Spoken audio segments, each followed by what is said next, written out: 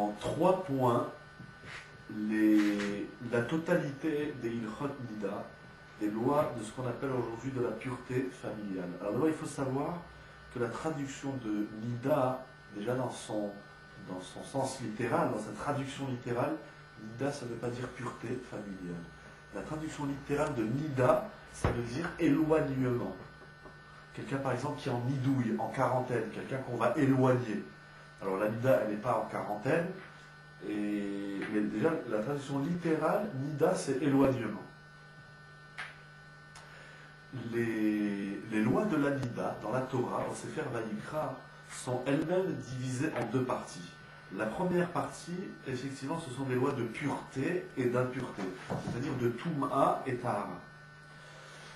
Aujourd'hui, et qui se définissent comme toutes les lois de la pureté et de l'impureté, il y a beaucoup de dinim. Par exemple, une femme Nida étant impure, tout ce qu'elle va toucher va devenir impur. Certains aliments purs, elle ne pourra pas les consommer. Ça a des conséquences halachiques et pratiques des lois de la pureté et de l'impureté. Aujourd'hui, comme toutes les autres lois de la Touma et la Tahara, toutes les lois de la pureté et de l'impureté ne sont plus praticables parce qu'on n'a plus le Beth Amikdash, on n'a plus les korbanot, on n'a plus toutes les conditions pour pratiquer les lois de la Touma et Tahara. Les lois de la pureté et de l'impureté de Touma et Tahara ne concernent pas uniquement la Nida. Des niveaux de pureté et d'impureté, il y en a beaucoup. Il y a ce qu'on appelle Aviavotatuma, Avatuma, Rishon, Sheni, voire Shlishi. On peut avoir 5 niveaux d'impureté. Il y a 1/6 du Shas Mishnayot, c'est-à-dire de l'étude de la Torah orale qui s'appelle Teharot et qui parle de toutes les lois de la pureté et de l'impureté, au contact avec la mort, au contact avec certains reptiles morts. Il y a de quoi dire et de quoi faire dans les lois de la pureté et de l'impureté. Ce sont des lois qui sont extrêmement complexes et, encore une fois, qui ne concernent pas uniquement la Nida. Donc la Nida elle-même, elle est divisée en 2 parties. La première partie, c'est les lois de pureté et d'impureté, auxquelles, encore une fois, aujourd'hui, on n'en est plus concerné, si ce n'est que la partie de la Torah, et c'est théorique, on les étudie, pas autant que les lois qui nous concernent aujourd'hui dans la Nida, mais parce qu'on espère que le Beth Amikdash, quand il sera reconstruit, eh bien, on pourra revenir à toutes ces lois. La deuxième partie, d'ailleurs dans la Gemara, au traité Masechet Nida, il y a tout un traité dans le Talmud qui s'appelle Masechet Nida. La Gemara, lorsqu'elle parle de la partie pureté et impureté de la Nida, elle va appeler ça Terarot. Donc parfois la Gemara, elle dit, la Nida, dans tel cas, elle sera impure, concernant les Terarot, c'est-à-dire concernant les sacrifices, le Beth Amikdash, et tout ce qui est lié aux lois de la pureté et de l'impureté. La deuxième partie de la Nida, c'est dans l'expression de la Gemara, c'est ce qu'on appelle les Baal. Donc on ne va pas traduire les lois de la pureté familiale. Aujourd'hui, ce ne sont pas des lois de pureté, ce sont des lois d'interdit ou de permis. Donc, très superficiellement, une femme, à partir du moment où elle a ses règles, elle est interdite à son mari. Et même ça, c'est pas tout à fait juste de dire comme ça, parce que l'interdit de la Nida n'incombe pas seulement à la femme, c'est pas elle est interdite à son mari, c'est le couple est interdit. Donc moi je préfère appeler les lois de Nida les lois du comportement conjugal selon les règles de la Torah, ou on va dire les lois de la permission ou de l'interdiction du couple. La Nida, ça ne concerne pas la femme, ça ne concerne pas la famille, je ne sais pas pourquoi on appelle ça familial, c'est conjugal, c'est au sein du couple. Donc la Nida, dans un premier temps, elle est divisée en 2 parties. Première partie, tout ce qui a trait aux lois de pureté et d'impureté que nous laissons de côté. La deuxième partie, c'est les lois du couple, l'intimité du couple, les lois de l'intimité du couple. Et aujourd'hui, c'est ce que nous mettons en pratique, c'est ce que nous pratiquons. Il faut savoir que les lois de la Nida, j'aime bien, donc concernant le couple, l'homme et la femme, ce n'est pas, la femme elle n'est pas rejetée, la femme elle n'est pas mise de côté, c'est un éloignement, une séparation physique, bien entendu, corporelle, entre l'homme et la femme, le couple, le mari, l'époux et l'épouse. Ce qui nous concerne aujourd'hui dans les lois de la Nida, il faut savoir que les lois de la Nida touchent, on va dire comme ça, puisque j'ai dit que ça concerne le couple, c'est-à-dire aussi bien l'homme que la femme, ce qui concerne l'homme, c'est très facile, il y a beaucoup de passivité, parce que eh bien, la femme a eu ses règles, donc l'homme se retire, il y a un éloignement, il y a une séparation géographique, physique, etc. Et l'homme, il attend que la femme, dans sa physionomie, dans son corps, tel qu'Akadosh Baruch Hu il l'a créé, et ça a des raisons bien particulières, peut-être c'est sur ça aussi qu'il faudra qu'on parle, pourquoi les lois de la Nida. On a déjà fait une vidéo qui s'appelle L'amour pour un jour, l'amour pour toujours, mais il faudra revenir, peut-être je pense maintenant au Psukim au début de Bereshit, parce qu'il y a une histoire dans les lois de la Nida. Ok, je laisse ça de côté. En tout cas, concernant l'homme, il y a Akadosh Baruch Hu, il a imprimé dans le corps, dans la physionomie de la femme, sa période dite de règle. Eh bien, à partir de ce moment-là, il se retire géographiquement et il attend. Il n'a rien d'autre à faire que d'attendre. Il va apprendre les halachot, il va aider sa femme dans la halacha, mais il y a aussi l'aide, le soutien. D'abord, la vie commune, elle continue. C'est pas ah bon, maintenant puisqu'on n'est plus permis, alors je te regarde moins, je t'aime moins, on est frustré. Ça, c'est le problème de l'homme. Non, on continue à s'aimer, mais comme on dit, on s'aime d'une autre façon, ou en tout cas dans la personne de sa femme, on n'aime pas que son corps. Donc on va dire le travail de l'homme, c'est de travailler avec ses pulsions, de faire un exercice sur lui-même. Après ça c'est très subjectif, il y a des gens qui n'ont pas de problème, on a la femme elle est là, ok on attend, mais on se retrouvera dans 10 jours, dans 15 jours, il y en a pour qui c'est difficile, ça dépend de l'âge, ça dépend du niveau de pratique de la Torah, ça dépend du contexte de Torah, etc. Et ça dépend de beaucoup de choses. Donc il y a le travail de l'homme vis-à-vis de lui-même, et il y a le soutien entre guillemets, le soutien s'il y a à l'Afrique, parce que la femme elle a des questions, il y a des choses où elle a du mal à... elle ne sait pas très bien comment on fait une musica, ou comment on fait ci ou ça, comment on compte. Alors ensemble, le couple, on va réviser les halachot, et l'homme il va aider sa femme à pratiquer la halacha correctement. Et la deuxième partie, on va dire, c'est, je n'ai pas tellement le mot soutien psychologique, mais c'est clair que les menstruations chez la femme, c'est tout un contexte qui n'est pas uniquement on va dire physique, c'est aussi psychique, ça touche le psychique de la femme, ça peut même aller jusqu'à toucher son psychologique. Il y a tout un état d'esprit chez la femme. Les règles, ce ne sont pas que des hormones, c'est pas seulement hormonal, j'ai des règles, on se sépare. C'est pas comme ça, il y a tout un état chez la femme que l'homme doit apprendre à connaître et vivre avec, et apprendre à vivre avec de la façon la plus agréable, la plus authentique.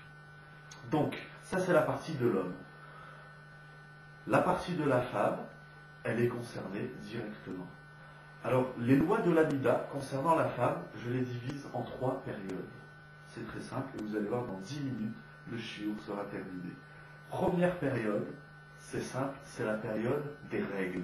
La période des règles, ça veut dire depuis le jour où les règles se manifestent, imaginons aujourd'hui, la femme, les règles se manifestent. Elle se lève le matin, elle voit que ça y est, ses règles sont là, ses menstruations sont arrivées. Alors ça, c'est la première période. La première période, c'est depuis le premier jour de ces règles jusqu'au dernier jour des règles. Alors, qu'est-ce qu'il y a à faire durant cette période au niveau de la halacha? Dans un premier temps, dans le sens le plus simple. On va essayer de rester simple, parce que les lois de la Nida, il y en a beaucoup. Les lois de la Nida, elles sont assez complexes. Mais on a dit que on va essayer de faire un topo très général sur les lois de la Nida. Alors, déjà, ce qui est intéressant, c'est que les lois de la Nida, elles vont toucher un organe de la femme qui va depuis les lèvres extérieures, qui peut remonter jusqu'en haut du vagin et le col de l'utérus. Donc ça va assez loin, c'est cette partie-là du corps de la femme que la Torah, elle étudie, et elle va apprendre aussi bien à la femme à connaître que à l'homme. Pourquoi je dis bien à l'homme? C'est facile, parce que l'homme ne sait pas ce que c'est que le corps de la femme, tant que dans sa vie, il n'a pas eu affaire à sa femme. Mais même la femme elle-même, elle ne connaît pas son corps. Ça, c'est On est, entre guillemets, confronté, les rabbinim, à ce genre de problème. Quand on explique aux femmes qu'est-ce que ça veut dire faire un examen interne, on a l'impression qu'on leur parle de quelque chose qu'elles ne savent pas. Parce que le corps humain, la femme, elle n'a jamais eu dans sa vie l'occasion ou la nécessité, la raison d'introduire un témoin à l'intérieur de son corps. Donc c'est pour ça qu'il y a pas mal d'erreurs. Il y a beaucoup de gens qui pensent que la bdika, ce qu'on va appeler par la suite une bdika, c'est-à-dire une vérification interne, il y en a qui pensent, et combien d'erreurs on a corrigées, au Hachem, il y en a qui pensent que c'est s'essuyer extérieurement. Non, une bdika, c'est pas s'essuyer, et une bdika, c'est l'introduction d'un témoin à l'intérieur même du vagin, donc du corps de la femme. Et ça, il y a beaucoup de femmes qui ne se connaissent pas. C'est pas un tort, c'est encore une fois, la femme, elle n'a jamais eu de raison de le faire. Donc, première période, on va revenir sur tout ça. Première période, c'est la période des règles. La période, donc, depuis le jour où les règles se sont manifestées, jusqu'à la fin de la manifestation des règles, on va, pour donner un exemple, on va dire que les règles ont duré 5 jours. Elles se sont déclenchées ou déclarées dimanche, donc dimanche premier jour, lundi, mardi, mercredi, jeudi. Donc elle a eu 5 jours de règles. Ça peut aller jusqu'à 6, jusqu'à 7, jusqu'à 8. Ça peut s'arrêter au niveau de 1, 2, 3, etc. Mais prenons une espèce de globalité. Je n'ai pas des chiffres qui sont tout à fait corrects, puisque ça il faut voir avec les médecins. C'est à peu près ce qu'on entend ici et là, les chélotes, les questions dans la halakha, c'est à peu près 5-6 jours de règles. Oui, durant la période des règles, donc tout contact physique, donc bien entendu sexuel, intime, ou même ne serait-ce que de se donner la main, de se toucher, c'est-à-dire ma femme elle a sur sa main, elle a un moustique ou un moucheron, je lui fais comme ça, tout contact physique, soit-il intime ou non intime, est interdit durant cette période. Donc c'est la séparation des lits et aucun contact physique, soit-il. Encore une fois, qu'il soit un contact intime, c'est-à-dire s'embrasser, ça c'est sûr que c'est à sous, mais même, il faut l'aider, avec qui on ne se touche pas. Voilà, zéro. Il y a une seule chose à faire, encore une fois de la façon la plus élémentaire, le jour où les règles se sont déclarées, donc on a donné un exemple dimanche, les règles se déclenchent le dimanche. Alors là, la femme, dans son calendrier hébraïque, parce que combien de cas et combien de fois j'ai des dames qui m'ont appelé pour me dire donc le premier jour de mes règles c'était le 8 mai. Je dis moi je ne sais pas qu'est-ce que ça correspond le 8 mai. Dans la halakha, on travaille avec les dates hébraïques, donc c'est important qu'une femme, chez elle à la maison, elle ait, une femme juive, elle ait chez elle à la maison un calendrier hébraïque. Les règles se sont déclarées dimanche 4 Iyar, ça va s'appeler le 4 Iyar, ça ne va pas s'appeler le 9 mai, le 15 mai ou le 25 mai. On laisse de côté les dates, on va dire, en français. On va travailler avec les dates hébraïques. Donc là, ce qu'elle a à faire, les règles se sont déclenchées aujourd'hui. Par exemple, nous sommes dimanche le 5 Iyar, alors elle va entourer dans son calendrier 5 Iyar, début des règles, premier jour des règles, chacun y choisit. On va rester simple, premier jour des règles. C'est la première chose à noter. La deuxième chose à noter, c'est l'heure à laquelle elle a constaté les règles. Par exemple, c'est midi, alors elle va écrire j'ai eu les règles en journée. Si c'était 5 heures du matin, elle va écrire 5 heures du matin. Donc en simple, on va dire est-ce que les règles se sont déclenchées en journée ou elles se sont déclenchées la nuit. Donc sur sa calendrier, imaginons encore une fois que c'était le dimanche 5 Iyar à midi, elle écrit sur son calendrier dimanche 5 Iyar journée, premier jour de règles. Voilà. Et après, elle va attendre. Le deuxième jour, elle a ses règles. Troisième jour, elle a ses règles. Quatrième jour, elle a ses règles. Et puis, imaginons qu'elle a ses règles jusqu'au cinquième jour. Donc, dimanche, lundi, mardi, mercredi, jeudi. Jeudi, à quel jour il a fait quelque chose d'assez magnifique, d'assez exceptionnel dans le corps de la femme. C'est qu'au début, elle n'a rien. Tout d'un coup, elle commence à avoir mal un petit peu certaines sensations dans son corps qui ont un sens à l'Afrique. Des fois, on demande aux femmes, on dit, mais vous avez vu une tache, vous avez des saignements. Mais est-ce que ces saignements sont accompagnés d'une sensation physique? Est-ce que vous avez eu mal à la tête? Est-ce que vous avez éternué? Est-ce que vous avez mal un petit peu à la poitrine? Est-ce que vous avez mal au ventre? Est-ce que vous avez mal au bas du ventre? Il y a des femmes qui ne comprennent pas très bien ce genre de questions. Qu'est-ce qu'un rat va me demander si j'ai mal à la poitrine? Madame, c'est important, c'est la halakha. On va voir pourquoi. Encore une fois, je ne veux pas ici le but, de toute façon, de la façon dont je vais présenter la halakha, c'est pas comment on va dire, les gens ils disent, ça y est, un rab c'est un gynéco, pas du tout. Le gynéco c'est son métier, et le rab c'est son métier. Le rab, il n'y a pas de contact physique, et les chélotes, si les femmes elles sont gênées, on leur dit toujours, demandez, par l'intermédiaire de vos maris, demandez au rabbinite, et on nous contacte. La femme du rab, elle est au téléphone avec la femme qui a la question, et si on se sent plus proche, ou on est moins gêné avec le rab, alors on le fera directement. J'encourage pas obligatoirement les maris de poser des questions à la place de leurs épouses, parce que des fois le mari n'a rien compris de la question de sa femme, et encore, c'est dire ce qu'elle ressent ou ce qu'elle a, même si c'est sa femme, il la connaît depuis 25 ans, mais s'il n'a pas très bien compris le problème de sa femme, il a encore moins compris quelle est la réponse du rab. Alors après ça fait téléphone arabe, comme ça on appelle ça, et après, finalement ça fait des catastrophes. Et je parle encore une fois en connaissance de cause, j'écoute juste la question, je parle en connaissance de cause. Des maris sont venus me poser une question de halakha, de Lida. J'ai dit quelque chose. Le lendemain, c'est la femme qui me pose la question. J'avais l'impression d'entendre un homme et une femme de deux couples complètement différents. C'était deux questions. Donc, il faut beaucoup de délicatesse. Il ne faut pas avoir honte, il ne faut pas être gêné. On va essayer de résoudre ça. Oui, question. Si la femme a ses règles, chez qui a plus une minute, le premier jour, c'est quoi? Alors, c'est une bonne question. On verra effectivement. Je reste dans le. C'est le lendemain. C'est le lendemain. Ouais. Oui. C'est-à-dire que ça sera à partir de la shkia. Effectivement, parce que dans ces halakhot, on regarde le coucher du soleil et la tombée et le lever du soleil, par exemple, ce qu'on appelle la shkia et le netz. Bon, on va revenir un petit peu sur ces horaires, effectivement. Donc, voilà, c'est sûr que c'est une très grande messirut nefesh. C'est un très grand dévouement de pratiquer les lois de la Nida. Elles ont un sens, c'est une grande mitzvah, c'est une mitzvah qui est très belle dans toute sa complexité, dans toute sa difficulté. Elle a un intérêt majeur. Ok, donc premier jour de règle, ça je dis, il ne faut pas avoir honte. Les gens ils pensent que les rabbinim, et si, d'abord on pense à absolument rien du tout. On pose des questions, combien de fois on m'a soumis des questions de halakha. Alors parce que j'ai appris chez des rabbinim aussi, ou ça, puis tous les rabbinim, on apprend tout chez des rabbinim. Alors je me suis permis de poser des questions un petit peu délicates à la femme qui m'a posé la question. Elle m'a dit, excusez-moi, de quoi vous vous mêlez, ça ne vous regarde pas. Je dis, madame, il n'y a aucun problème, je respecte votre intimité, votre corps, c'est ça. Je m'excuse si j'ai nuit un petit peu à votre sensibilité, demandez à un autre rab. Mais juste, je vous avise que le rab, n'importe lequel, à qui vous poserez cette question, il vous posera à son tour la même question que je vous ai demandé. Donc c'est sûr qu'il ne faut pas avoir honte, il ne faut pas être gêné, c'est de la Torah, les rabbinim ils n'ont pas des arrière-pensées, donc si elle m'a posé cette question, c'est que si, c'est que ça, c'est pas comme ça.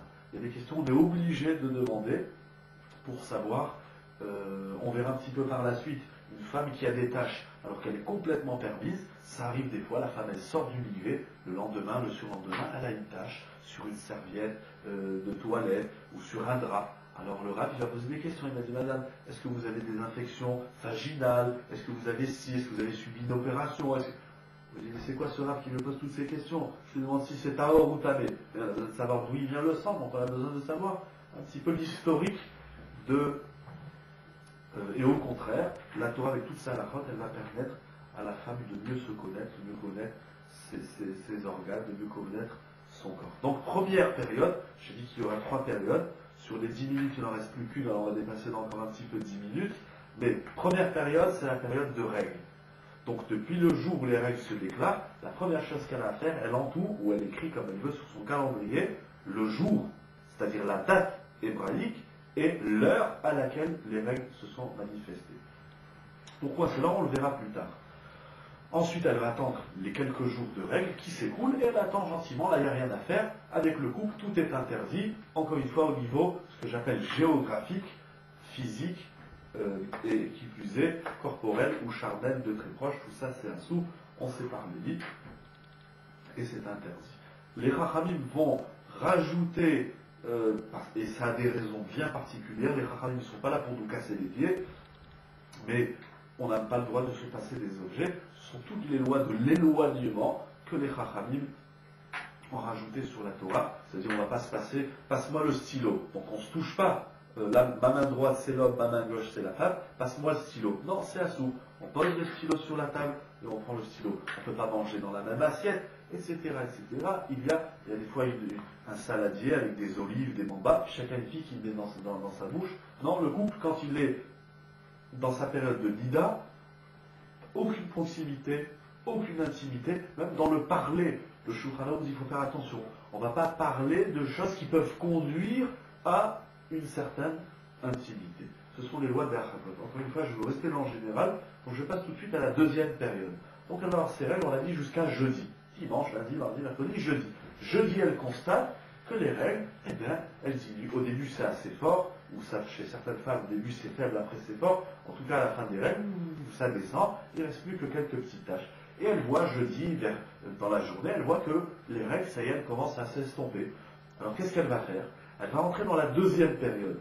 La deuxième période, c'est ce que j'appelle l'arrêt des règles et la préparation au milieu. Encore une fois, je reste dans le général, parce qu'on ne peut pas entrer dans tous les cas particuliers. Dans le général, comment ça se passe? Jeudi, et je précise, encore une fois, que d'abord, il ne faut certainement pas déduire de ce cours des lois pratiques, parce que il y a des niveaux, il y a du Lechatrila, du Diavad, il y a des Sfaradim et des Ashkenazim sur lesquels il y a beaucoup de divergences, il y a beaucoup de différences entre la position du Shulchan Aruch et la position du Rama, des Sfaradim et du Shulchan Aruch. Encore une fois, c'est pour sortir un petit peu de l'ignorance et de ouais, les lois de la Mida, c'est n'importe quoi, c'est ça. Les gens ne savent même pas de quoi ils parlent. Donc, la deuxième période, c'est encore une fois l'arrêt des règles et la préparation au milieu. L'arrêt des règles consiste, donc toujours dans notre exemple, jeudi elle constate que les règles s'arrêtent. Qu'est-ce qu'elle va faire?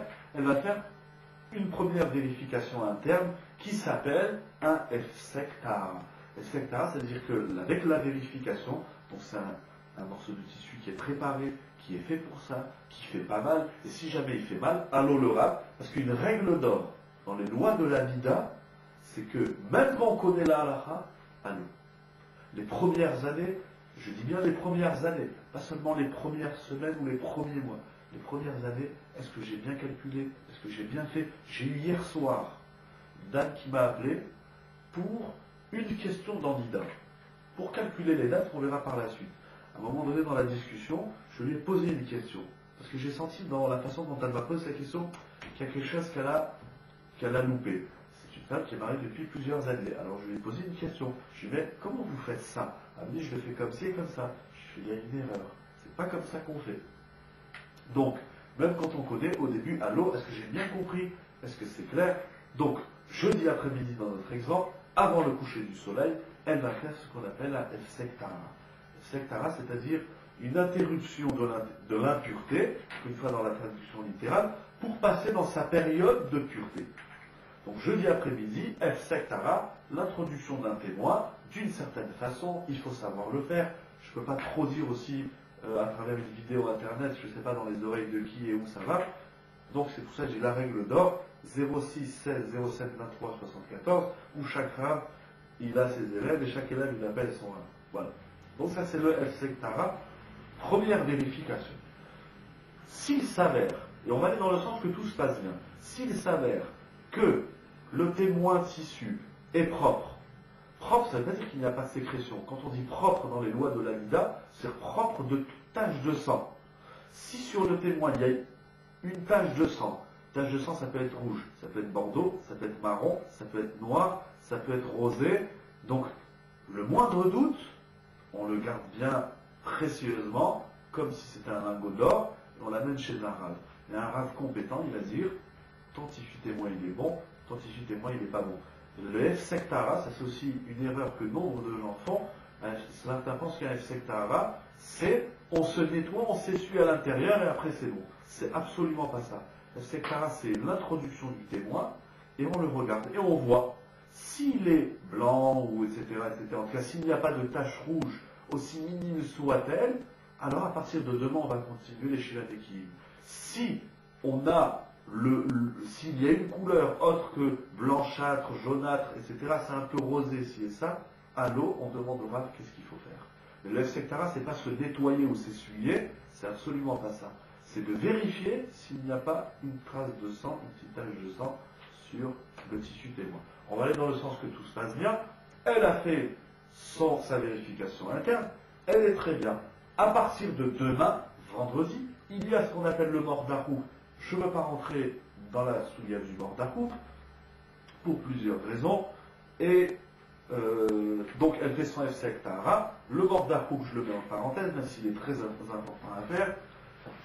On continue, c'est encore une fois parce que c'est une vidéo qui est mise sur internet et comment après les gens ils écoutent et ils voient, alors je ne sais pas. Donc on continue. À partir de demain, donc vendredi, elle va compter 7 jours de propreté. Propreté, encore une fois, ça ne veut pas dire qu'une femme elle est sale. Propreté, c'est pas dans le sens esthétique du terme, c'est dans le sens halakhique.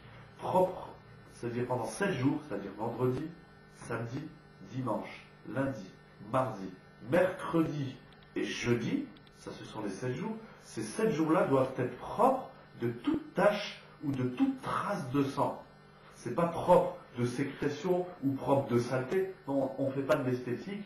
On n'est pas dans une baignoire, dans une salle de bain, je ne sais où. On est dans la halakha. Ça veut dire que durant ces 7 jours, donc de vendredi 1er jour jusqu'à jeudi 7e jour, elle doit porter des sous-vêtements blancs, parce que comme ça elle va voir si, elle va voir, mardi, elle va dire, j'ai une tache. Qu'est-ce que je fais de la tache qui est sur mon sous-vêtement blanc? Eh bien, les femmes, elles n'ont pas de problème d'aller chez le gynécologue, et parce que c'est des raisons médicales, on va chez le Rav. On n'est pas obligé d'aller soi-même chez le Rav. D'abord, le Rav, il ne fait rien d'autre que de regarder un sous-vêtement. Si on est gêné, on peut le découper. Mais il faut faire attention comment on découpe, parce que des fois, les gens, ils découpent 1 cm sur 1 cm, et c'est un problème, parce que des fois, il peut y avoir des taches sur une partie un peu plus élargie que l'endroit lui-même. Mais ça, on peut passer par les femmes. Je finis juste cette idée, on peut passer par la femme du Rav. D'abord, le Rav, il n'est pas censé savoir à quelle appartient ce sous-vêtement. Il y a un numéro de téléphone. La rabbinite, elle dit à son mari qui est le Rav, elle dit voilà, il y a une dame qui m'a amené, j'ai son numéro de téléphone, dis-moi, c'est bon ou c'est pas bon. Le Rav, il regarde, c'est bon, c'est pas bon, c'est pas bon. La femme du Rav, elle prend le téléphone, dit voilà, mon mari a dit c'est bon, très bien, shalom à l'Israël. Sur ça, c'est sûr qu'on peut passer par l'intermédiaire. Combien de fois, dans ma boîte aux lettres, je trouve des enveloppes avec un numéro de téléphone, et à l'intérieur un tissu témoin ou un sous-vêtement, c'est ça, je regarde et je dis à ma femme, s'il te plaît, appelle, je ne sais même pas qui c'est le nom, c'est ça, appelle. Quand c'est un peu plus aigu, ou quand on connaît, encore une fois, quand c'est un rapport Rav et Talmid, entre le maître et l'élève, alors on procède différemment. Deuxième question. La séparation du couple, elle n'a pas changé là. Effectivement, très bien, j'allais dire, mais c'est très bien. Concernant la séparation du couple, le couple est séparé séparé encore une fois géographiquement et physiquement. Donc l'éloignement physique, quel qu'il soit, il existe depuis le début de la déclaration des règles, la manifestation des règles, jusqu'à la nuit du Nigvé.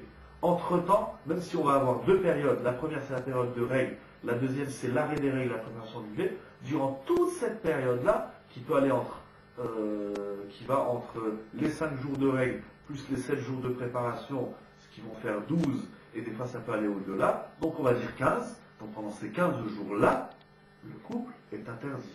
Ça, c'est clair, effectivement, à ce niveau-là, rien n'a changé, c'est juste.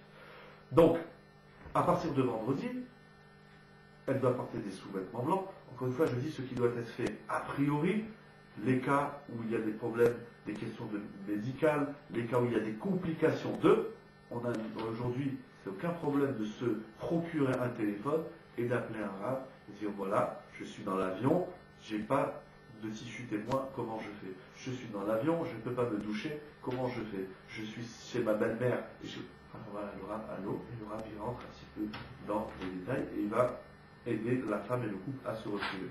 Donc durant ces 7 jours,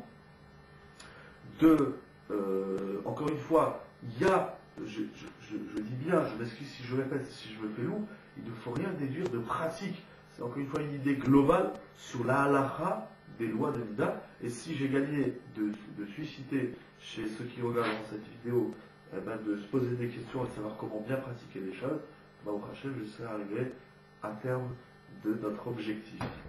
Donc, on continue les Shiva d'équilibre. Elle fait les 7 jours, donc encore une fois, de propreté, mais propreté dans le sens, encore une fois, halakhique. C'est pas mesdames, vous êtes sales. La Torah ne regarde pas la femme comme un objet sale. Chas Shalom, c'est des gens malhonnêtes et malveillants et malvenus qui pensent comme ça sur la Torah. Les gens qui pensent que les films Kadosh, horrible de notre société et de notre ère, c'est du bidon, mais c'est même pas besoin d'en parler, donc on continue. Donc c'est 7 jours de propreté, port de sous-vêtements blancs, et a priori, je dis bien a priori, c'est une vérification interne une fois par jour. Si elle peut en faire deux, elle en fera deux. Si elle peut même en faire une, elle demande à savoir qu'est-ce qu'il faut faire. Je suis encore dans la généralité. Donc durant ces 7 jours, elle va être en contact seulement avec des sous-vêtements blancs, et il y aura des vérifications internes à faire. Si jamais le quelconque problème soit-il se manifeste, elle a une tache sur un sous-vêtement, sur une serviette, elle fait son bain, elle va faire sa douche, etc. Là, elle voit sur sa sortie de bain, sur son peignoir, une tache de sang. Allô, on demande à l'arabe qu'est-ce qu'on fait. De même dans les vérifications internes, ce qu'on appelle le tissu témoin, si elle a si c'est blanc ou jaune, il n'y a pas de problème. Et encore, dans le jaune, moi je dis tout au début, à la fin, il faut tout montrer, comme ça au moins après on sait, on ne fait pas de bêtises. Tout se passe bien, on arrive le 7e jour, on a dit donc jeudi, vendredi c'est bien, jeudi c'est le 7e jour. Donc tous les jours, elle se fait sa bzika, le matin au lever, comme ça elle est tranquille, elle n'a pas oublié, parce que combien de fois les gens, oh là maintenant c'est la tombée de la nuit, j'ai oublié de faire ma bzika, qu'est-ce que je fais? Bzika égale vérification à l'interne. Alors, on lui dit, ce qu'on lui dira, elle posera la shela, qu'est-ce qu'il faut faire, de quelle heure à quelle heure, donc c'est de la shkia, on avance. Le 7e jour, dernière bzika, vérification interne, très bien, pas de tache nulle part, ni sur les sous-vêtements, ni dans les tissus témoins, vérification interne, ni dans les serviettes de bain, ni sur le papier toilette. Baruch Hashem, 7 jours, propre à l'arrêtement de toute tache de sang. Qu'est-ce qui va se passer? Eh bien, en fin d'après-midi, à peu près une demi-heure avant le coucher du soleil, elle va commencer à se préparer au mikvé. Les lois de la préparation du mikvé, elles sont très simples. Elles se résument en un mot. La vérification du corps, depuis les cheveux de la tête jusqu'aux ongles des orteils. Maintenant, qu'est-ce qu'on doit faire avec les cheveux? Mais comme ça, elle descend. J'avais fait une liste, que je ne m'amuserai pas à mettre sur Internet, j'avais fait une liste quand j'avais fait un chou à la face sur les lois de Nida, j'avais donné aux dames, et c'est très simple, ça tout le monde peut le faire.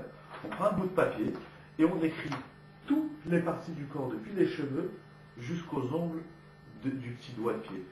Et c'est très simple. Alors, d'abord, il y aura une vérification sur les cheveux, comment on nettoie les cheveux, comment on nettoie pas les cheveux, comment on brosse les cheveux, comment on démêle les cheveux, et on continue. Les sourcils, les yeux, les narines, les oreilles, la bouche, les dents. Ah, les dents. Ah, mais j'étais chez le dentiste. Donc il m'a mis un plombage qui va durer 48 heures ou 3 jours, et puis au milieu je l'ai migré, comment je fais? Allô, il y a un rame, il va me dire comment on fait. On continue, bon en général après c'est lisse, le corps c'est après les aisselles, les pieds, les jambes, c'est très simple, la femme elle descend comme ça. On commence toujours par la tête, parce que dans la phrase c'est écrit que quand on se lave, quand on se prépare à faire quelque chose, on commence toujours par la tête, donc d'abord les cheveux, et on descend comme ça le corps. Aujourd'hui le minag, et c'est sûr que c'est très bien de faire comme ça, c'est de rester une bonne demi-heure dans sa salle de bain, de faire couler un bon bain, de prendre son temps. Il faut être très relax le jour du mikvé, que ce soit pour la femme, que ce soit pour l'homme, que ce soit pour le couple. Et la femme, elle va se préparer. Donc depuis à peu près une demi-heure avant le coucher du soleil, elle va se préparer, elle va dépasser un petit peu jusqu'à la tombée de la nuit, sauf si entre le coucher du soleil et la tombée de la nuit, il y a 1 heure ou 1 heure et quart comme en ce moment, alors en France en tout cas, alors elle ne va pas rester 3 heures dans la salle de bain, tout le monde devient dingue. Donc en tout cas, la halakha, c'est qu'il faut prendre son temps, une bonne demi-heure, et elle va tout passer en revue. Les ongles, toutes les faux ongles et tous les maquillages. Qu'est-ce qu'on fait? Comment on le nettoie? Qu'est-ce qu'on enlève? Il faut savoir qu'il y a certains écrans du corps, parce que le principe est simple. C'est qu'une femme, lorsqu'elle va rentrer dans le mikvé, lorsqu'elle va rentrer dans l'eau du mikvé, elle est tout écran tout élément qui n'appartient pas au corps fait écran, et donc je vais donner un exemple simple. Une femme qui a un sparadrap sur la main, qu'est-ce qui se passe? Eh bien, cette partie-là de la main, elle ne sera pas au contact de l'eau. Et le mikvé n'est pas bon. Donc c'est pour ça qu'on va enlever tous les écrans. Aujourd'hui, on enlève même les bijoux. Il y a certains bijoux qui sont coincés, les boucles d'oreilles, tout, on enlève tout. Et si on ne veut pas tout enlever, et si on n'a pas envie de se démaquiller ou ci ou ça, on appelle son rave, et le rave va dire qu'est-ce que, dans la posteriori, qu'est-ce qu'on n'est pas, on serait peut-être pas obligé d'enlever. Si vous savez, il y a une certaine souplesse dans certains domaines. Donc ça, c'est la préparation du mikvé. Ensuite, elle va au mikvé. Effectivement, je vous rappelle ce que tu disais tout à l'heure, le couple est toujours interdit, ça n'est pas encore permis. Il n'est pas encore dans la période où on peut se retrouver physiquement. Le mikvé, alors c'est un moment assez exceptionnel, assez fort, assez impressionnant. Après que la femme elle s'est préparée, elle va aller dans un mikvé kasher, tahor, et les gens, il faut qu'ils arrêtent de croire que quand la femme elle est, c'est-à-dire un mikvé, il faut que les gens, on va faire porte ouverte des mikvot, il faut que les femmes elles aient voir qu'est-ce que c'est un mikvé. Il y en a qui pensent qu'un mikvé, c'est, je ne sais pas qu'est-ce que c'est déjà un mikvé. Un mikvé, c'est rien d'autre qu'une grande baignoire qui est faite bien sûr selon des règles très strictes de la halakha. C'est pas dans n'importe quelle baignoire ou dans n'importe quelle piscine qu'on peut faire son mikvé. C'est toute une construction, toute la tuyauterie, comment est-ce que le récupérage d'eau, etc. On ne va pas rentrer dans tout ça. Mais sinon, le mikvé en lui-même, c'est un trou dans la terre, avec carrelé, comme dans une belle baignoire, comme dans un hammam, ici et ça, et dedans il y a de l'eau. Et l'eau elle est complètement propre, il y a des mikvot où on change l'eau tous les jours, là-dedans on change de l'eau tous les 2 jours. Ça dépend en fonction de on appelle ça, la fréquentation du mikvé. Il y a des mikvot où il y a une femme une fois par semaine, il y a des mikvot où il y a 50 femmes tous les soirs. Donc l'eau elle est propre, un mikvé c'est propre, c'est pas dégueulasse, c'est pas sale, que les gens ils arrêtent de parler sur ce qu'ils n'ont jamais vu, sur ce qu'ils ne connaissent pas, ou en tout cas ce qu'ils ont appris à travers les films ou le cinéma. Qu'ils aillent se rendre compte par eux-mêmes. Akshmouri vous a donné des yeux. Akshmouri nous a donné des yeux. Quand on veut savoir quelque chose, qu'est-ce qu'on fait? On va voir. Alors appelez le Rav, dites-lui voilà, moi c'est la première fois de ma vie que j'ai au mikvé, j'ai d'abord envie d'aller voir qu'est-ce que c'est un mikvé. Et vous allez voir que c'est rien d'autre qu'une salle de bain avec une baignoire, une douche, un WC et encore une fois une espèce de bassin un bassin qui contient de l'eau. C'est tout, c'est pas monstrueux. Donc la femme elle va rentrer dans le mikvé, elle est accompagnée de personnes. Juste aujourd'hui, et parce qu'ils ont dit c'est bien qu'il y ait quelqu'un avec elle pour vérifier qu'elle est bien rentrée dans l'eau, parce que quand on rentre dans l'eau, il y a peut-être l'épaule ou les cheveux, c'est pas bien rentré, et même ça, c'est pas la personne qui l'accompagne, c'est pas elle est là, il y a bien sûr certaine intimité, une certaine gêne, qui est tout à fait légitime, on ne se découvre pas devant tout le monde, d'abord il n'y a personne encore une fois dans un mikvé, elle se retrouve seule avec la femme qui l'accompagne, et la femme qui l'accompagne, elle attend qu'elle est rentrée dans l'eau. Madame, vous êtes rentrée dans l'eau? Oui. Et quand vous êtes bien dans l'eau, vous me dites, vous me faites signe, vous tapez sur le mur, c'est bon, vous avez rentré les cheveux, ok. Et elle s'en va, elle se trempe 1 fois, 2 fois, 3 fois maximum. L'essentiel, c'est que tout le corps de la femme rentre entièrement. Il y a un très beau livre d'ailleurs qui parle sur les lois du mikvé qui s'appelle Les eaux d'Éden du Rav Aryeh Kaplan. C'est un livre personnellement qui m'a beaucoup plu. Je termine parce que les 3e 10 minutes sont passées. Et pour terminer la 3e partie. Donc le mikvé, on a fini la 2e période, elle va au mikvé, et après la femme est entrée de sa vie, elle rentre chez elle, et là elle va retrouver son mari. Et on est dans la 3e période. Maintenant le couple se retrouve, la nuit du mikvé, c'est très important, on ne s'amuse pas à sauter un mikvé, même si ça tombe vendredi soir, même si ça tombe la nuit de Shavuot, même si ça tombe Rosh Hashanah, même si ça tombe Simchat Torah, il y a seulement 2 nuits dans l'année où on ne peut pas aller au mikvé, c'est la nuit de Kippour. Imaginez que ce soir c'est Kippour. Avant une femme elle avait un mikvé ce soir elle ne peut pas aller au mikvé. Parce que Kippour on ne peut pas se laver, et Kippour toute intimité est interdite. Alors quand est-ce qu'elle va aller au mikvé? Eh bien, à la sortie de Kippour, et la même chose pour Tisha B'Av.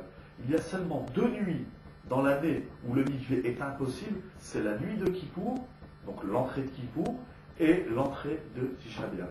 Donc s'il y a un mikvé qui se manifeste à l'entrée de Kippour ou à l'entrée de Tisha B'Av, on le repousse à la sortie de Kippour et à la sortie de Tisha B'Av. Sinon, toutes les autres périodes de l'année, c'est assourd de repousser un mikvé, sauf, bien entendu, une femme qui est malade. Je vois une fois une Sheila comme ça, une femme elle m'appelle, elle avait 42 fièvres, elle avait une crise carabinée, elle ne tenait pas debout, elle avait des vertiges, elle était complètement malade. Elle m'a dit, est-ce que je peux attendre demain pour faire mon mikvé? Je pense que d'ici demain, avec les antibiotiques, les médicaments, j'irai mieux. Je lui dis, madame, qu'est-ce qu'il dit votre mari? Il dit, mon mari, c'est un peu difficile pour lui, mais de toutes les façons, je suis cloué au lit. Je dis, madame, si vous êtes cloué au lit, vous irez demain. On ne va pas se rendre malade.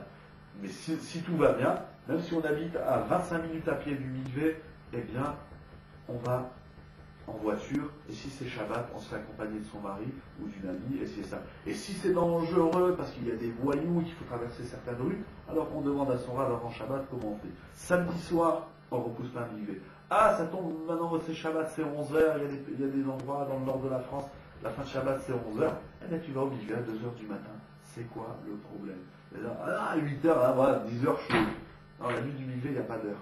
Tu enlèves la montre. La première chose qu'une femme doit enlever, c'est sa montre. Et voilà, donc c'est pas vide, il est tard. Un mikvé, ça c'est pas vide. ça se fait vite, ça se fait mal. On ne le fait pas bien. Le couple se retrouve.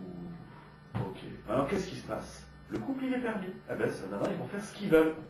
Dans la halakha, un couple il fait ensemble ce qu'il veut. C'est comme ça que le Rambam il écrit dans les Chotichou, il dit un homme avec sa femme dans son intimité, il fait ce qu'il veut. Je dis bien, encore une fois, on ne dédie pas de comportement pratique. C'est juste pour dire que les gens qui pensent que l'intimité dans le couple de la Torah, c'est à travers un petit trou qu'il y a dans un drap, je ne sais pas dans quelle bande dessinée vulgaire ils ont appris ça. Dans la Torah, c'est absolument pas comme ça. Il y a aussi les lois, les limites de l'intimité. Du coup, tout est permis. Ils font ce qu'ils veulent, ils s'embrassent, tout. Bien entendu, c'est dans la cible. On ne fait pas ça dans la rue, on ne fait pas ça devant les enfants, on ne fait pas ça dans un endroit où il est siffré Kodesh. Il y a des dynimes aussi de l'intimité. Il y a aujourd'hui des mezuzot qui sont dans des, on appelle ça le mot m'échappe, des boîtiers en verre qui laissent apparaître le nom d'Hachem. Alors si cette mezuzah est à l'intérieur de la pièce, il faut faire attention, il y a des dynimes. Le couple est permis jusqu'à quand? Alors, apparemment, a priori, il est permis jusqu'à la manifestation des prochaines règles. Alors, c'est pas tout à fait comme ça. Et là, on va essayer de le faire simplement. On aura terminé. C'est que le couple est permis. La femme, elle a été obligée, elle est permise. Qu'est-ce qui peut faire que la femme est interdite? Si jamais, avant la manifestation de ces règles, elle va avoir une tâche. Elle a dû aller chez le médecin, chez le gynéco pour X raison. Hop, elle a une tâche. Ou bien, comme ça, elle ne sait pas. Elle va trouver sur du papier toilette. Bien dans la baignoire, elle va trouver une tâche. Qu'est-ce qu'on fait avec les tâches? Les tâches, c'est extrêmement compliqué. Il y a beaucoup de dynimes. Encore une fois, à l'oral, j'ai trouvé une tâche. Je suis complètement permis. J'ai été au mikvé il y a 3 jours. Oh, et j'ai trouvé une petite tache de sang sur un drap, sur une serviette, sur n'importe quoi, sur ma jupe, sur ce que vous voulez. Ok, alors on verra, il y a des dynimes. Il y a une taille, il y a le support de la tâche, il y a la couleur de la tâche, il y a le matériau, ça fait partie du support. Des fois, c'est tout simplement, c'est médical, ça n'a rien à voir avec l'utérus ou autre. Et tout ça, le Rav, il a besoin de savoir. Je n'ai pas du tout parlé de la femme enceinte ou de la femme ménopausée. Il faut savoir qu'une femme ménopausée, on va poser la question cette semaine. Une femme ménopausée qui n'a jamais été au mikvé, la femme, elle n'est pas permise à son mari, même si ça fait 20 ans qu'elle n'a pas eu ses règles. Parce que si elle n'a jamais été au mikvé, parce qu'une femme qui est déclarée nida, tant qu'elle ne va pas au mikvé, elle est interdite à son mari. C'est pas, t'étais nida il y a 6 mois. Ah oui, mais depuis 6 mois, j'ai pas été au mikvé. Donc le couple, pardon, est interdit. Juste pour finir deux à la faute. Et on a terminé. Donc le couple est permis. Ce qui peut rendre le couple interdit, c'est premièrement la manifestation d'une tâche, ce qui est assez rare, sauf si elle a une infection vaginale, ou elle a une infection urinaire, ou elle a toute autre infection, tout autre problème. Alors on verra ça, on va rentrer entre le médecin et le gynéco, on trouvera la solution. Si tout va bien, eh bien le couple est permis. Jusqu'à quand? Alors on va voir que vers la fin, c'est-à-dire lorsqu'on va s'approcher des règles, les Chachamim ont déclaré, exactement 3 dates où il y a une forte présomption, où il est fort plausible que la femme ait ses règles. Et donc rappelez-vous, j'ai commencé, j'ai dit. Donc après, lorsque les règles se manifesteront à nouveau, alors on va recommencer tout à zéro, etc. Il y a 3 dates où, même si la femme elle est permise parce qu'elle a été obligée, toute intimité du couple sera interdite, intimité au moins sexuelle, pour les Sfaradites, pour les Ashkénazites, c'est un peu plus que ça. Quelles sont ces 3 dates? C'est très simple. On a dit, les dernières règles, c'était le 4 Iyar. Donc, dans son calendrier, 4 Iyar en journée. Dans son calendrier, elle va entourer, après Iyar, nous avons Sivan. Nissan, Iyar, Sivan. Donc, le 4 Sivan, elle va entourer, et elle va dire, puisque j'ai eu mes règles le 4 Iyar, les Chachamim, ils ont dit, il y a une forte possibilité qu'elle ait ses règles le 4 Sivan. Donc le 4 Sivan en journée, toute intimité du couple sera interdite. La première date de séparation, c'est la plus simple, c'est la même date identique. Si il s'avère qu'elle aura ses règles le 3 ou le 2 Sivan, il n'y a pas de problème. Mais ça peut arriver qu'elle ait ses règles plus tard, vers le 5, le 6, le 7. Donc en tout cas, si elle n'a pas eu ses règles avant le 4 Sivan sera interdit. L'intimité du couple sera interdite. La deuxième date, c'est qu'à partir du 4 Iyar, donc premier jour des règles, elle va compter 30 jours. 4 Iyar, premier jour. 5 Iyar, deuxième jour. 6 Iyar, septième jour. Et ainsi de suite. C'est dommage, j'ai pas pensez à un calendrier, on l'aurait fait sur un calendrier. Et elle va compter donc, à partir du premier jour des règles, elle va compter plus 29. Donc 4 iyar premier jour, plus 29. Et elle va voir, imaginons que le 30e jour se trouve être le 5 Sivan. Donc cette femme, elle aura deux dates de séparation. Le 4 Sivan, parce que c'est la date hébraïque de la déclaration des règles précédentes. Et le 5 Sivan, parce que c'est 30 jours, c'est le 30e jour depuis le jour de la déclaration des règles.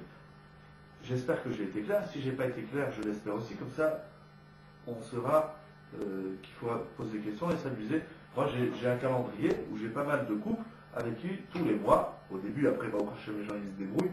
Au début, les gens ils s'embrouillent, surtout après une grossesse. Je n'ai pas du tout parlé ni de la grossesse, ni de la ménopause, etc. Ça aussi, ce sont des dynimes et il y a beaucoup de dynimes. Une erreur que les gens font pour la grossesse, c'est que ma femme, elle est enceinte, elle n'a plus de règles. Et ça arrive que les femmes enceintes, ça peut être le 6e mois, le 7e mois, même le 8e mois de grossesse, elles trouvent une petite tache de sang. C'est pas, elle est enceinte, elle n'a pas de règles. C'est pas comme ça. Elle a trouvé une tache de sang. D'abord, allô le gynéco pour savoir si tout va bien. Deuxièmement, c'est allô le rat pour savoir si la femme elle est permise ou si le couple est interdit. Donc, j'ai dit deux dates. La première, c'est les règles se sont déclenchées le 4 Iyar, et bien le 4 Sivan, jour de séparation. Deuxième séparation, c'est à partir du 4 Sivan, elle va compter 30 jours. Donc le 4, premier jour de règle, premier jour des 30 jours. Arrivé le 30e, c'est aussi une date de séparation. La troisième date de séparation, j'espère que je vais être clair en une phrase, c'est que ces règles se sont déclenchées le 4 Iyar. Et il faut qu'elle voit l'intervalle qu'il y a eu entre le 4 Iyar et les règles précédentes. Donc le mois d'avant on était Nissan, donc Nissan, Iyar, Sivan. Combien de jours il y avait entre les règles du mois de Nissan et du mois de Iyar? Alors, par exemple, il y a eu 28 jours. C'est-à-dire en Iyar, en Nissan par exemple, elle les a eu le 6 Nissan, et en Iyar, elle les a eu le 4. Ça fait à peu près 28 ou 29 jours, je n'ai pas de calendrier, il faut voir. Donc elle va dire, puisque le mois dernier j'ai eu mes règles au bout de 29 jours, donc ce mois-ci aussi, à partir du 4 Iyar, elle va compter 29 jours. Et le 29e jour, puisque c'est l'intervalle des règles, des dernières règles et des règles précédentes, alors là aussi, il y a une présomption, il y a une possibilité qu'elle voit quelles sont ces règles au bout du même intervalle qui a séparé les règles précédentes et les règles d'avant. Ça, c'est ce qu'on appelle, alors pendant ces trois dates, donc encore une fois, la date hébraïque identique, le 30e jour et l'intervalle des dernières règles et des règles qui ont précédé, ce sont trois dates où le couple doit... Et elles peuvent ne pas être distinctes, ces dates. Elles peuvent très bien tomber le même jour, tout à fait, c'est-à-dire la date hébraïque, l'intervalle et le 30e jour peuvent tomber les trois le même jour.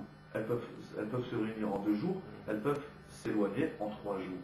Par exemple, une femme qui a eu ses règles, le mois d'avant, elle a eu ses règles au bout de 26 jours, donc elle va avoir le 26e jour à partir du 4 Iyar dans notre exemple, donc 4 plus 25, en tout ça fera 26 jours, première séparation, mais la séparation suivante, elle sera le 30e. Donc après, elle va avoir 4 jours de permission. 4 jours de permission, à la condition qu'il n'y ait aucune manifestation ou aucune sensation physique que la femme elle a habituellement avant la déclaration des règles. Une femme avant ses règles, elle peut avoir mal à la tête, elle peut avoir mal à la poitrine, elle peut avoir mal au ventre, elle dit tiens, oulala, je sens que mes règles elles arrivent. Alors là on ne prend pas de risque, même si elle est complètement permise, même si elle n'a pas de règles, pardon, même si elle n'a pas de tâches, même si rien du tout, mais elle sent que dans son corps, ça commence à travailler. Alors quelle est la halakha, quel est le din? Grosso modo, la halakha et le din, c'est que dans ces périodes-là, je m'excuse, on ne prend pas de risque. Encore une fois, c'est loin d'avoir été, bien entendu, vous savez, dans les kolélim en Eretz Israël ou en France. Chez nous, aujourd'hui, à Nice, on étudie l'Ilchot Nida. Ça fait 2 ans qu'on est au collège sur l'Ilchot Nida, on le fait l'après-midi. L'Ilchot Nida, ça ne se résume pas en 50 minutes. L'Ilchot Nida, c'est beaucoup de halachot, c'est beaucoup de dinim. Il y a ce qu'on appelle, comme toujours dans la chaya, l'a priori et l'a posteriori. Voilà ce qu'on aurait dû faire. Et si je ne l'ai pas fait, qu'est-ce que je peux faire? Est-ce que je dois tout recommencer? Il y a un niveau de Torah, parce que des gens qui débarquent dans la Torah, qui sont tout nouveaux, on ne va pas leur dire tout est assourd, tout est interdit, surtout que ce n'est pas comme ça, tout n'est pas interdit et tout n'est pas assourd. C'est vrai que depuis le premier jour de la déclaration des règles jusqu'au milieu, alors une fois je rencontre quelqu'un, il me dit alors je ne peux plus rien faire avec ma femme. Je lui dis je ne comprends pas, parler avec ta femme, ça ça s'appelle pas faire des choses. Sortir avec elle, ça s'appelle pas faire des choses. Parler avec elle, échanger, la regarder, l'admirer, ça s'appelle pas faire des choses. Quoi, faire des choses, c'est obligatoirement sexuellement, c'est obligatoirement physiquement. Alors si c'est pas charnel, c'est plus tata, c'est très grave. Dans la Torah, justement, elle veut préserver la femme. Elle dit la femme, c'est pas un objet qui est là pour assouvir les besoins ou les désirs de l'homme. Il y a autre chose. Elle a une tête, elle a un corps, elle a un esprit, elle a une bouche, on parle. Et c'est excessivement, plus ou moins, chez chacun sa sensibilité, ça peut être difficile, ça peut être délicat. Donc, en même temps, la femme, elle a besoin de se retrouver avec elle-même. Quand elle a ses règles, il y a toute une manifestation physiologique, psychique qui se joue en elle. Elle est un peu plus nerveuse, elle est un peu plus délicate, un peu plus contractée. Eh bien, la Torah, elle respecte, au contraire, la Torah, elle respecte énormément le corps de la femme, le corps, l'esprit, la personne de la femme, dans tout ce que cela représente. Ah, le mari, maintenant, il croise les bras, il attend. Eh bien, qu'il n'a qu'à attendre. C'est quoi son problème? Au contraire, il va apprendre à aimer et à découvrir sa femme sous un autre angle que celui du physique, celui du charnel. Donc, il y a encore énormément de dîmes. C'est, de toute façon, je n'ai pas dit le 10e, le 100e. En fait, c'était une blague. Quand je dis qu'en 50 minutes, j'allais résumer toutes les Ilchot Nida, c'était une grande blague. C'était juste, je pense que c'est important. C'est dans les Ilchot Nida. Et on devrait s'amuser. J'avais fait ça une fois sur la cache-route, dans un autre shiur. En 1 heure, j'allais résumer toutes les halachot de la cache-route. Ça peut être une idée, si ça vous intéresse, de le faire par le biais d'Internet, enfin, sur une vidéo. Mais en 1 heure, j'avais résumé toutes les halachot de la cache-route. Alors, c'est une grande blague, parce que je n'ai absolument rien résumé. J'ai juste dit les points, en quoi ça consiste, comment ça se divise. Maintenant, pour entrer un peu plus dans le détail, encore une fois, c'est sûr qu'il faut assister à des shiurim de halakha. Même si on connaît la halakha, il faut la réviser. Moi, j'ai eu l'occasion de donner des shiurim à des hommes ou à des femmes qui avaient déjà appris. Mais il y a plein de choses. 1, qu'on oublie. 2, qu'on avait mal compris la première fois quand on avait appris avec un autre arabe ou ça. Puis les gens, ça me revient. Et là, ça m'énerve, vous ne pouvez pas savoir. Mais les gens, ils pensent qu'ils ont appris les Ilchot Nida avant leur mariage, et ça leur suffit pour toute leur vie. Parce que j'ai appris avec le rabbin en 3 heures, en 4 heures, en 6 heures avant mon mariage, pardon, ça me suffit pour toute ma vie, c'est une erreur gravissime. Ce qu'on apprend avant le mariage, c'est pas le millième du millième du millième des lois de Nida. J'exagère aussi, je vais vous faire peur. On va dire c'est 10% des lois de Nida. Après, il y a un certain niveau de Torah. On avance dans la Torah. Il ne faut pas oublier que ça va toucher non seulement la mitzvah de l'intimité du couple, qui est une mitzvah exceptionnelle dans la Torah, parce que la Torah, elle préserve, comme on a vu dans la vidéo L'amour pour un jour, l'amour pour toujours, je me fais un peu de publicité en passant comme ça, sur le site www.shdis.com. Alors, la Torah, elle préserve au contraire sa intimité, elle préserve ce romantisme, et elle veut de cela. Donc, mais donc ça touche la mitzvah, ce qu'on appelle la mitzvah de la Ona. La Ona, c'est cette joie, cette jouissance qu'on doit témoigner et partager au sein du couple. Ça va toucher, ça va avoir un enjeu avec une deuxième mitzvah qui s'appelle la mitzvah de Kiryat Virivia, de la procréation, qui est aussi une mitzvah qui est passionnante et qui a donc les lois de la Nida, elles vont avoir un enjeu aussi sur les lois de la procréation, parce que bien sûr, tout ça, aujourd'hui, on s'est amusé avec les moyens contraceptifs qui s'appellent la pilule ou qui s'appellent le stérilet ou d'autres moyens. Il faut savoir que tout ça, quand on me demande qu'est-ce qu'il pense le judaïsme concernant la contraception, est-ce qu'on est comme les chrétiens où on interdit tout? S'ils l'interdisent, je ne sais pas ce qu'ils disent chez eux, et pour l'instant ça ne m'intéresse pas ici, ou bien vous êtes plus comme la société aujourd'hui où il faut complètement permettre la contraception. La Torah, c'est pas comme ça. D'abord, la Torah, c'est pas, on ne questionne pas les gens sur le trottoir, qu'est-ce qu'ils pensent. La Torah, c'est pas de la prostitution, c'est pas ça la Torah. Il faut savoir que la Torah, d'abord ça s'étudie, il y a des raisons, il y a des enjeux. Oui, la Torah, elle permet la contraception. Non, la Torah, elle interdit la contraception. Les deux sont vrais. Il y a des cas. Chacun est étudié. Il y a des grandes lignes, certes. Et c'est aujourd'hui, voilà, moi, j'en ai 2, ça me suffit. La contraception jusqu'à 150 ans. C'est pas comme ça. Il y a des dînes, il y a des lois. Puis la femme, elle n'est pas toute seule. Il y a aussi le mari. Et le mari n'est pas tout seul, il y a aussi la femme. Et vice-versa. Donc voilà, donc c'est loin d'avoir été un résumé sur les lois de Nida. Mais je pense que c'était important d'avoir un regard de l'extérieur général. Voilà, les lois de la Nida, ça va du premier jour de règle jusqu'aux prochaines règles, avec des dates de séparation, des façons de se séparer, des façons de se préparer au milieu. On a changé certains mots, c'est pas 7 jours de propreté, c'est 7 jours de propreté de toute tache de sang, c'est-à-dire de vérification qu'il n'y ait pas de sang. Une bdika, comment est-ce qu'on fait une vérification interne? Je ne peux pas le montrer, je n'ai pas le droit de le faire sur une vidéo qui va vous attacher à aller sur un site internet, mais il faut savoir qu'il y a des gens qui font très mal leur bdika, ils pensent que le bdika c'est s'essuyer, ils font n'importe comment, avec n'importe quoi. Il y a des dynimes, il ne faut pas avoir honte de demander à un rab, il ne faut pas avoir honte d'être proche d'un rab et lui dire voilà, est-ce que j'ai bien compté? Allô, la femme elle va appeler la femme du rab, est-ce que j'ai bien fait la vérification interne? Est-ce que c'était comme ça qu'il fallait faire? Est-ce que j'ai bien compris? Et les rabbinés aussi, quand on enseigne, eh bien, on demande aux gens, vous avez compris? J'ai une dame qui m'a appelé hier soir donc pour une sheila. Un quart d'heure après, je me suis dit, je ne sais pas si elle a bien compris. Bon, c'est quelqu'un de proche, c'est une élève, je fais un appel, je lui dis, est-ce que tu as bien compris? Répète-moi ce que je t'ai dit, est-ce que tu as bien compris? Parce qu'on joue avec une mitzvah qui est extrêmement grave, qui s'appelle Nida. Avoir une union avec sa femme lorsqu'elle est Nida, c'est extrêmement grave. On n'est pas là pour angoisser. Yehiratson, que, vous savez, je terminerai avec une parole midrashique, c'est écrit dans le midrash que nous savons, comme c'est écrit dans la Torah, que les Égyptiens ont été atteints de 10 plaies. La première plaie de l'Égypte, c'est le sang. Pourquoi le sang? Pourquoi le jour où il n'a pas fait de la grenadine, ou pourquoi il n'a pas fait du vin, ou pourquoi il n'a pas fait, je ne sais pas moi, du pétrole? Pourquoi juste du sang? Eh bien, le Midrash dit, parce que les Égyptiens, ils empêchaient les femmes d'Israël, les filles d'Israël, à pratiquer les lois de Tarat al-Ishpacha, les lois de la pureté familiale. Ils ne voulaient pas manger les mikvot, ils ne voulaient pas faire de mikvot, ils empêchaient le couple de se retrouver. Alors qu'elle vous dit, ah, vous touchez quelque chose qu'il n'y a que Hachem qui peut savoir, alors vous allez voir que toutes les eaux de l'Égypte, elles vont devenir du sang. C'est la raison pour laquelle en Égypte, ils ont été frappés du sang. Ils empêchaient le clan d'Israël. C'est une grande mitzvah dans toute sa beauté, en même temps dans toute sa complexité, dans toute sa finesse, comme dans toute sa difficulté, les lois de l'Anita, et Iratson, Kakadosh Baruch Hu, par le mérite des lois de l'Anita, nous permettent de connaître la santé et des temps meilleurs pour le clan d'Israël. À la semaine prochaine. Amen.